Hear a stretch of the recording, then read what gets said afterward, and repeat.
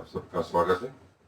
और हम आज से एक महत्वपूर्ण चीज देख रहे हैं कि जब तंबू उस जंगल में खड़ा हो गया तो अगली जो विधियां थी वो विधियां भी जो है प्रभु यीशु मसीह को, कलीसिया को, प्रभु यीशु मसीह के द्वितीय आगमन को, इन सबको बताती थी।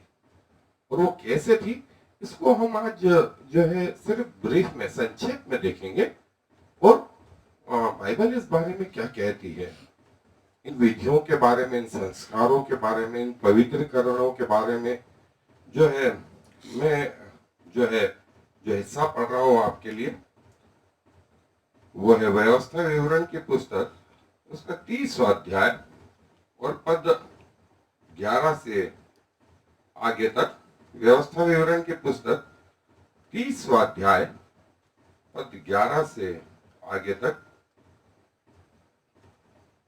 देखो, यह जो आज्ञा मैं आज तुम्हें सुनाता हूं वह न तो तेरे लिए अनोखी और न दूर है, और न वह आकाश में है कि तू कहे कि कौन हमारे लिए आकाश में चढ़कर उसे हमारे पास ले आए और हमको सुनाए कि हम उसे माने। और न यह समुद्र पार है कि तू कहे कौन हमारे लिए समुद्र पार जाए और उसे हमारे पास ले आए और हमको सुनाए कि हम उसे माने। परंतु ये वचन तेरे बहुत निकट, वरन तेरे मुंह और मन ही में है, ताकि तू इस पर चले। सुन, मैं आज तुझको जीवन और मरण, हानि और लाभ दिखाया है, क्योंकि मैं आज तुझे आज्ञा देता हूं कि अपने परमेश्वर यहोवा से प्रेम करना और उसके मार्गों पर चलना और उसकी आज्ञाओं, विधियों और नियमों को मानना, जिससे तू जीवित रहे और बढ़ता जाए, और तेरा परमेश्वर यहोवा उस देश में जिसका अधिकारी होने को तू जा रहा है तुझे आशीष दे। परंतु यदि तेरा मन भटक जाए और तू न सुने और भटक कर पराये देवताओं को दंडवत करे और उनकी उपासना करने लगे, तो मैं तुम्हें आज यह चेतावनी दिए देता हूं कि तुम निसंदेह नष्ट हो जाओगे।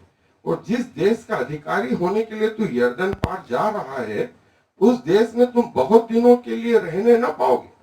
मैं आज आकाश और पृथ्वी दोनों को तुम्हारे सामने इस बात की साक्षी बनाता हूं कि मैंने जीवन और मरण, आशीष और श्राप को तुम्हारे आगे रखा है। इसलिए तू जीवन ही को अपना ले कि तू और तेरा वंश दोनों जीवित रहे। इसलिए अपने परमेश्वर यहोवा से प्रेम करो और उसकी बात मानो और उससे लिपटे रहो, क्योंकि तेरा जीवन और दीर्घ जीवन यही है। और ऐसा करने से जिस देश को यहोवा ने इब्राहिम, इसहाक और याकूब तेरे पूर्वजों को देने की शपथ खाई थी, उस देश में तू बसा रहेगा। जितने रिचुअल्स हैं वो हमारे सामने श्राप और आशीष दोनों लेके आते हैं। और प्रभु यीशु मसीह भी कलीसिया के सामने यही दो वचन लेके आते हैं, अपने यहोवा परमेश्वर से अपने समान जो है संपूर्ण मन से, संपूर्ण प्राण से, संपूर्ण बुद्धि से प्रेम रख, और अपने पड़ोसी से अपने समान प्रेम रख। इनमें सारी आज्ञाएं निहित है। और ये संस्कार, ये बलियां, ये त्योहार, ये कैसे बाइबल में प्रभु यीशु मसीह को प्रकट करते हैं और कैसे उस सीने के जंगल में और आने वाले कलीसिया में इजराइलियों के मध्य में मनाए जाते थे, इसे देखें। और जैसा मैंने बताया कि उस तंबू को खड़ा करने के बाद जब परमेश्वर की महिमा उस तंबू में उतर के आ गई, उसके बाद से जो है प्रतिदिन की जो है बलिदान और प्रतिदिन के संस्कार, प्रतिदिन का पवित्रीकरण, ये सब शुरू हो गया।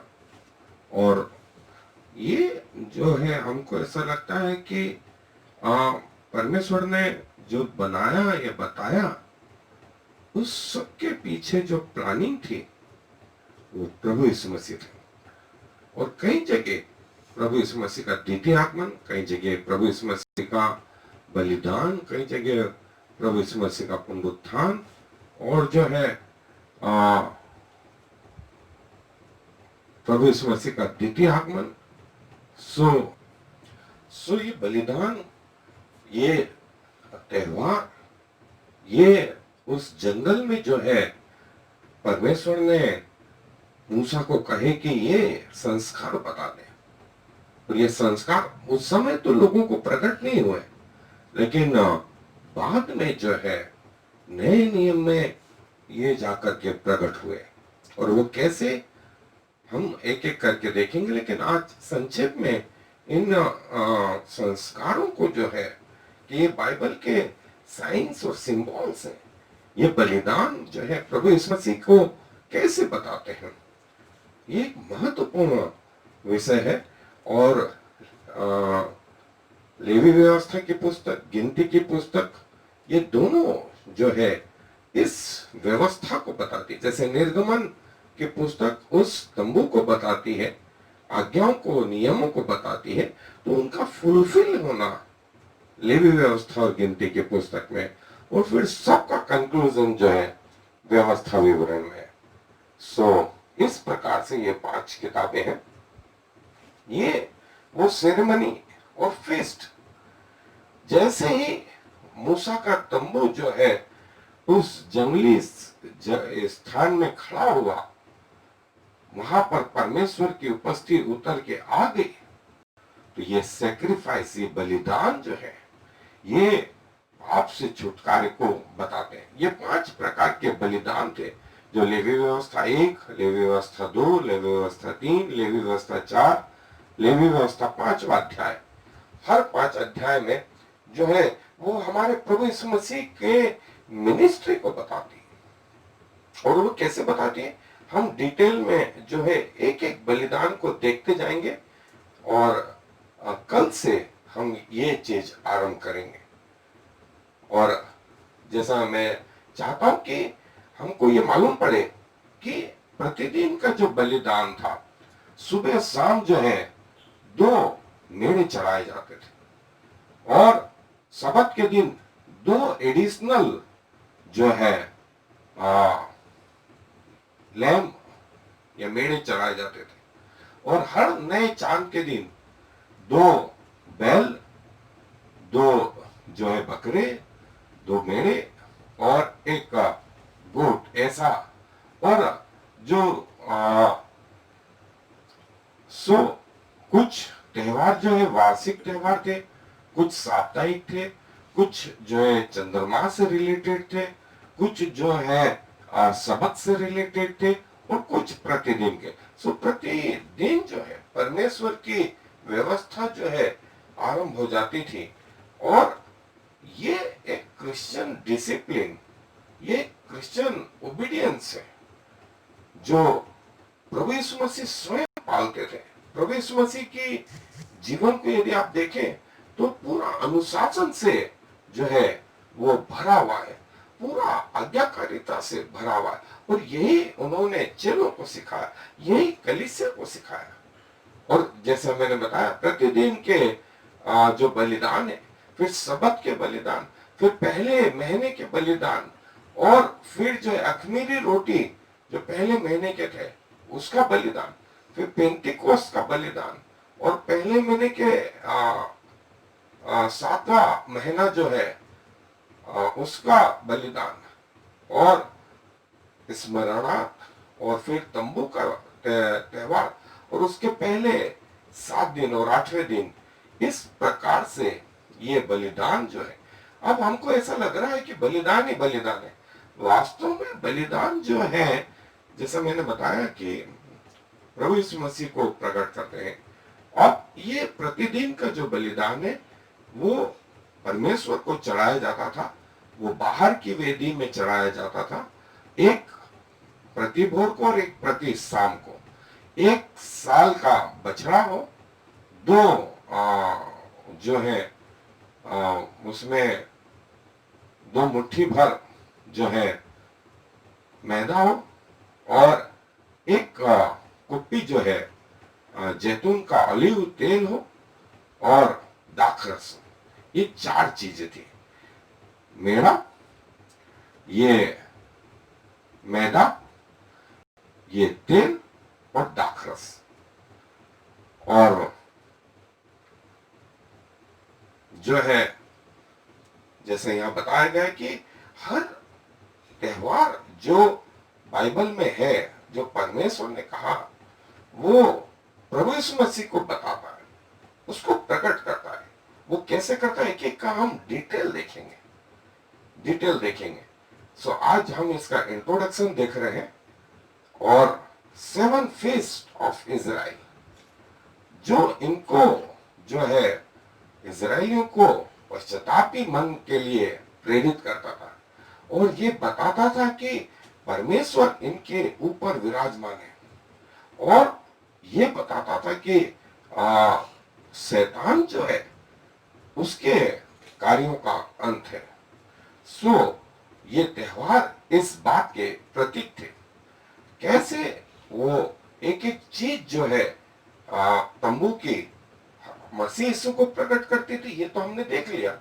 लेकिन ये बलिदान अब जो शुरू हुए इस पे, और हमने एक चीज देखे थे कि पूरा तंबू ऊपर से बाहरी रीति से खूबसूरत दिखाई नहीं देता था, लेकिन जब वो फंक्शन में आता था, जब वो कार्य प्रणाली में आता था, तब उसकी खूबसूरती प्रकट होती थी। और वो खूबसूरती इन संस्कारों में थी, इन बलिदानों में थी, जो हम एक एक करके देखेंगे कि वो बलिदान जो है, तुरही का बलिदान जो है, समर्पण का, तंबुओं का त्योहार, और जो है जैसे ये रोश हसाना कहा जाता है, यौम किप्पुर कहा जाता है, सुक्कोत कहा जाता है।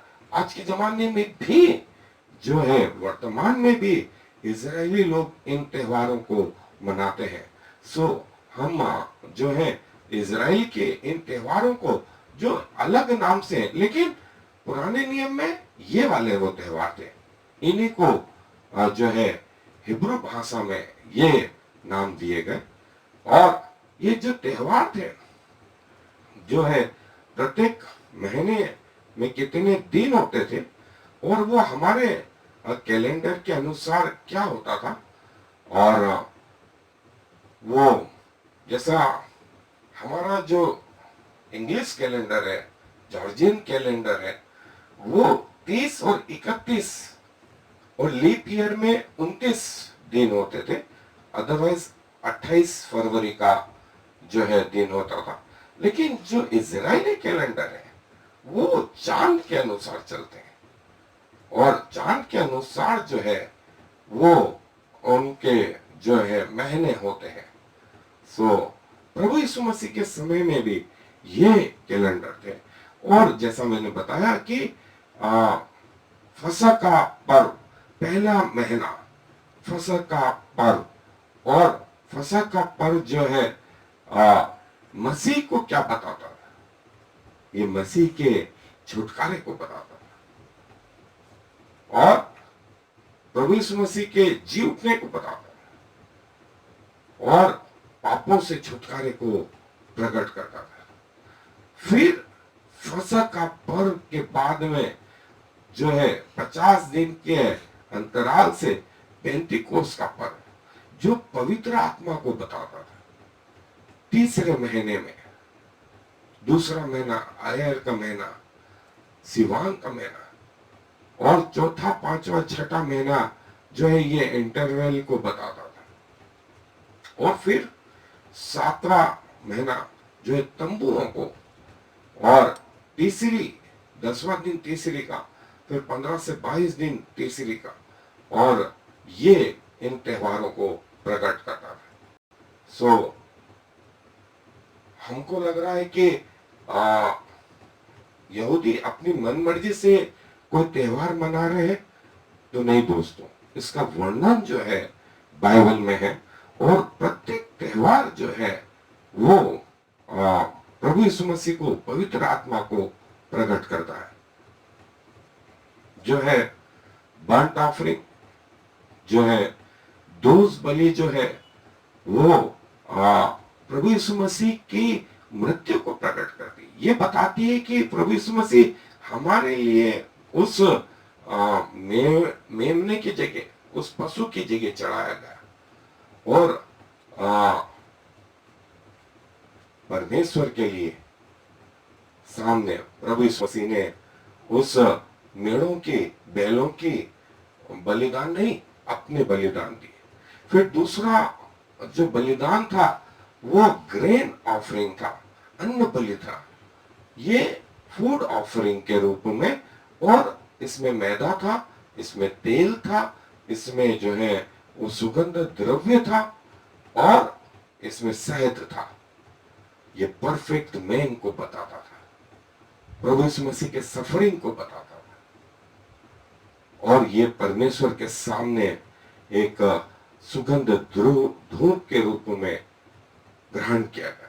ये पीस ऑफरिंग, ये पीस जो है, शांति का जो ऑफरिंग है, वो परमेश्वर और मनुष्य के बीच में जो है, ये याजक और महायाजक जो है वो जो है पीस ऑफरिंग का काम करते थे। और वो किसको प्रकट करता था? वो हमारे प्रभु यीशु मसीह को प्रकट कर रहा था कि हमारा प्रभु जो है वो हमारे लिए उस समय जब वो पृथ्वी पे रहा तब भी, और उत्थान के बाद में जब आज वो पिता परमेश्वर के दाहिने हाथ विराजमान है, आज भी वो हमारे लिए जो है मीडिएटर, निवेदन का काम करता है। ये पीस ऑफरिंग जो है प्रभु यीशु मसीह के उस शांति को बताता है। और पाप बलि, सिन ऑफरिंग, ये बताता है कि प्रभु यीशु मसीह जो है हमारे लिए क्रूस पर मारा गया, क्रूस पर मारा गया, और हमें जो सजा मिलनी थी वो उसने सही हमारे छुटकारे के लिए, जैसा पतरस बोलता है, तुम्हारा छुटकारा सोने चांदी से नहीं, तुम्हारा छुटकारा यीशु मसीह के बहुमूल्य लहू से हुआ। और जो है आउटसाइड द कैम्प, ये बताता है कि प्रभु यीशु मसीह की कलवरी भी आउटसाइड द यरूशलेम। और पांचवी ऑफरिंग जो है वो ट्रेसपास ऑफरिंग, ये बताता है कि जो कुछ नष्ट हो गया था प्रभु ने उसको फिर से जो है रिस्टोर करा, और जो कुछ sin के कारण, पाप के कारण नुकसान हुआ था, प्रभु यीशु मसीह ने उसकी भरपाई कर। सो ये तो वो बलिदान थे जो मैंने बताया। ये पहले एक एक बलिदान एक एक अध्याय में है। सो 5 अध्याय लेवी व्यवस्था के पुस्तक के, और burnt offering, grain offering, peace offering, sin offering, guilt offering और ट्रेसपास ऑफरिंग। और जो है वो कैसे हमारे प्रभु यीशु मसीह को बताती है, ये जो है सिन ऑफरिंग, बर्न्ट ऑफरिंग, वो अन्न बलि, पीस ऑफरिंग, फेलोशिप, और जो है ये एक एक करके ये बताती हैं। ये जो थी पहली 3 ऑफरिंग, ये परमेश्वर के पिता के पास में एक सुगंध द्रव्य के रूप में, धुएं के रूप में पहुंचती थी। और ये जो 3 बची कुछ 2 ऑफरिंग थी, खास करके पीस ऑफरिंग, ये जो है फ्री विल थी, थैंक्स गिविंग थी, और ब्लेसिंग थी, और फ्री विल थी। सो ये वो बलिदान थे। और फीस्ट ऑफ द लॉर्ड, जो 7 फीस्ट है, तंबुओं का त्योहार जो है, समर्पण का, तुरहियों का, ये जो है इस महीने में, तीसरी के महीने में, सितंबर अक्टूबर में, और मार्च अप्रैल में जो है फसह का त्योहार, जो है अखमीरी रोटी का त्योहार, और पहली फसल का त्योहार, और उसके बाद में पेंटिकोस का त्योहार। सो ये जो है 7 त्योहार थे जो हमारे कैलेंडर के अनुसार ये समय और इजरायली कैलेंडर के अनुसार यह समय। सो फसह का त्योहार, पेंटिकोस का त्योहार, तंबुओं का त्योहार, और ये भी हमने देखा कि कैसे हमारे प्रभु यीशु मसीह को प्रकट करते हैं।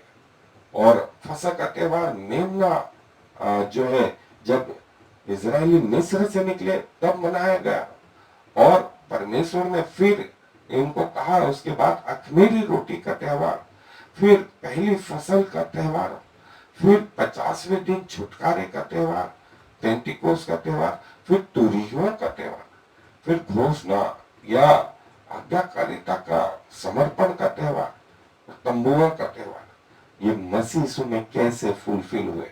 हमने 5 बलिदान देखे, ये 7 त्योहार है, ये 7 त्योहार, और इनमें से 4 फुलफिल हो गए। फसह जो है मसीह यीशु के बलिदान को बताता है। अखमीरी रोटी जो है वो ये बताता है कि हमारे पाप धुल चुके हैं। फर्स्ट फ्रूट प्रभु यीशु मसीह के रिजरेक्शन को बताता है, पुनरुत्थान को बताता है। ये पार्ट भी पूरा हो गया। पेंटिकोस जो है वो पवित्र आत्मा के उतरने को बताता है, ये पार्ट भी पूरा हो गया। अब जो कुछ बचा है वो है तुरहियों का त्योहार। ये बचे कुछ जो 3 त्योहार है, ये मसीह यीशु के द्वितीय आगमन को बताते हैं। जैसे ट्रम्पेट, तुरहियों का त्योहार ये बाकी है, ये रैप्चर बाकी है, ये जजमेंट बाकी है, एटोनिमेंट बाकी है। तीसरा तंबुओं का त्योहार। आज पृथ्वी पर हमारा जीवन तंबुओं जैसा है, और हमारा परमानेंट जीवन स्वर्ग में।